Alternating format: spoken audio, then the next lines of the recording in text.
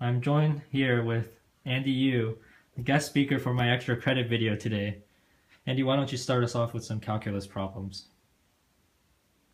Okay, Joel. So what we have here is a simple differential equation problem featuring the initial value. All right, let's get started, shall we, Joel? Yep, let's go. All right. So what we have here is a differential equation. Now, the goal, our first step, is to isolate and find the value of c. To do that, you must differentiate both sides. First, we have to move e to the x over to the other side, like so, to separate the different variables. Then, we must differentiate. We must make it into differential form. After doing so, we integrate.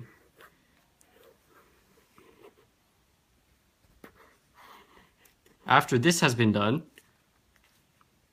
we plug in the initial value 4.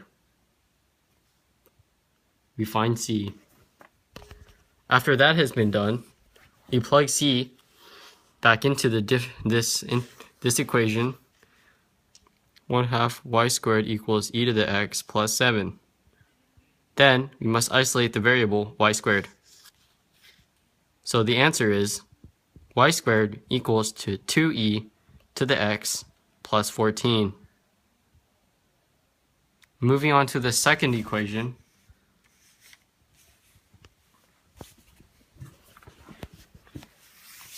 right there. We have, all right here, this is 6.3.14.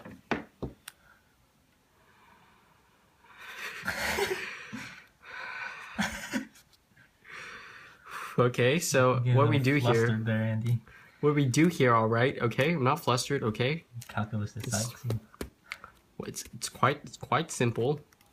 We have another differential equation. We must separate the variables here and get into differential form.